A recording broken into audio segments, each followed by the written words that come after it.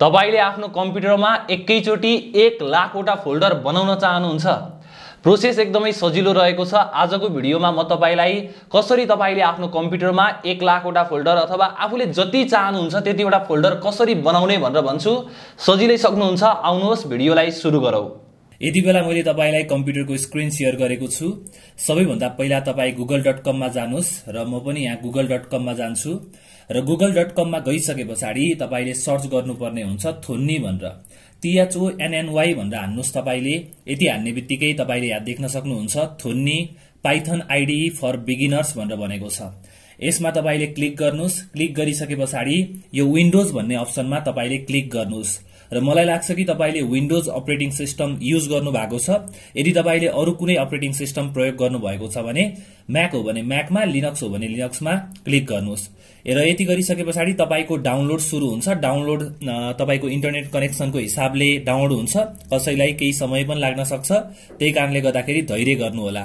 र मेरोमा download complete भइसकेको छ र डाउनलोड कम्प्लिट भइसकेपछि तपाईले यो थोन्नीमा क्लिक गर्नुस् र यो रन भन्ने अप्सनमा तपाईले क्लिक गर्नुस् र यो रन भन्ने अप्सनमा क्लिक गरिसकेपछि यहाँ इन्स्टल फर मी ओन्ली भनेको छ। यसमा तपाईले क्लिक गर्नुस् अनि त्यो पछाडी नेक्स्ट गर्नुस् र नेक्स्ट गरिसकेपछि यो एग्रीमेन्टलाई एक्सेप्ट गर्नुस् अनि नेक्स्ट गर्नुस्, फेरि नेक्स्ट गर्नुस्, अन्त पछाडी फेरि नेक्स्ट गर्नुस्। यो डेस्कटप आइकनमा तपाईले क्लिक गर्दिनुस् र क्लिक गरिसकेपछि नेक्स्ट गर्नुस् अनि इन्स्टल गर्नुस्। इन्स्टल गरिसकेपछि तपाईको कम्प्युटरमा थोन्नी इन्स्टल हुन्छ र फाइनली मेरो कम्प्युटरमा थोन्नी इन्स्टल हुन लागिसकेको छ। तपाईले देख्न सक्नुहुन्छ। केही समय लाग्छ, यसको लागि पनि तपाईले धैर्य गर्नु होला र केही समयमा इन्स्टल भइसकेपछि यहाँ ग्रेट सक्सेस भनेर लेखेको छ।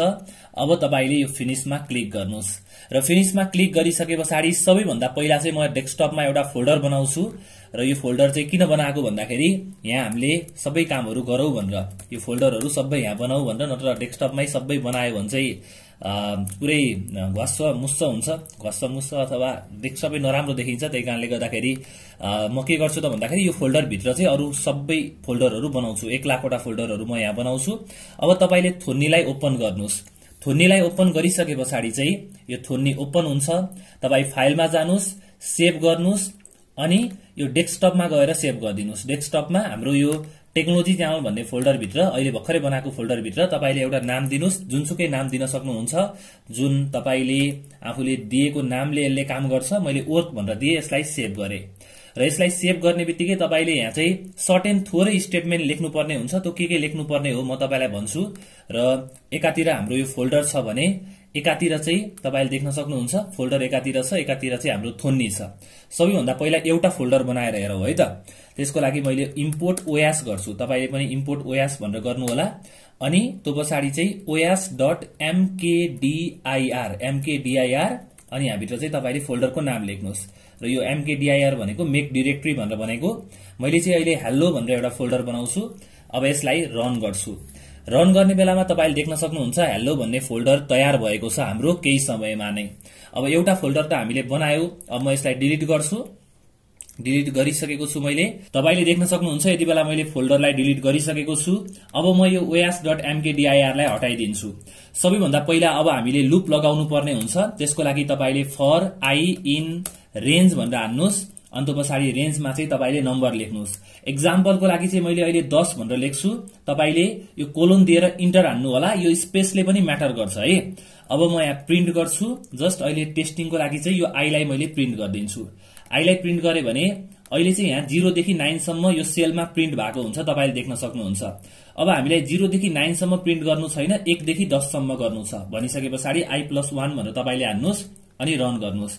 अहिले चाहिँ 1 देखि 10 सम्म प्रिन्ट भएको छ। अब तपाईले यहाँ जति लेख्नुहुन्छ त्यतिचोटी प्रिन्ट हुन्छ। जस्तो कि अहिले माथि 10 छ।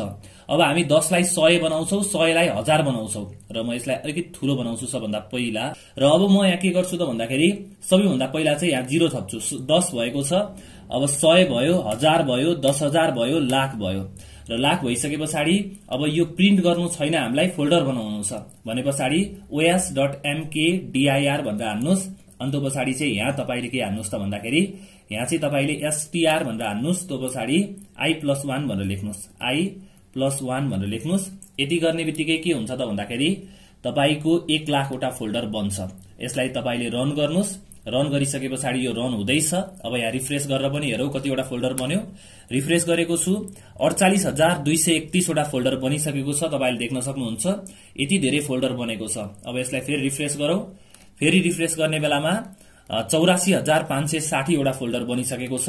अब म फेरि रिफ्रेश गर्छु। अहिले चाहिँ 1 लाख एउटा आइटम छ। एउटा भनेको त work.py भन्ने फाइल हो। मेरो कम्प्युटर नै अहिले कम्प्युटरको फ्यान चल्न थालिसकेको छ। अब यहाँ तपाईले देख्न सक्नुहुन्छ 1 लाख वटा टोटल फोल्डर हाम्रो तयार भएको छ। अब यो काम किन 1 लाख वटा फोल्डरको भनेर तपाईले भन्नु होला। कहिलेकाहीँ चाहिँ हामीलाई विभिन्न फोल्डरहरू अलि धेरै फोल्डरहरू बनाउनु पर्ने हुन्छ। 10 वटा फोल्डर अथवा 20 वटा फोल्डर, 50 वटा फोल्डर बनाउनु पर्ने हुन्छ। त्यतिबेला चाहिँ तपाईले सजिलै बनाउन सक्नुहुन्छ यही तरिकाले, कुनै पनि प्रब्लम हुँदैन। अब तपाईले यहाँबाट डिलिट गर्न पनि सक्नुहुन्छ, धेरै कामहरू गर्न सक्नुहुन्छ क्या। जस्तो कि सबै फोल्डरलाई डिलिट गर्नु पर्यो भने RMDIR भन्ने छ, यसले चाहिँ रिमुभ गर्छ। एकचोटि ट्राई गरौँ यसलाई पनि। रन गर्छु मैले। रन गर्ने बेलामा चाहिँ अब तपाईँ टेक्नोलोजी च्यानलमा जानुहुन्छ भने यहाँभित्रको सबै फोल्डरलाई यसले कोल्याप्स हानिदिन्छ। ल अब हेरौँ है त, अहिले कति छ, 1 लाख वटा छ। अब यहाँ मैले रिफ्रेश गर्छु।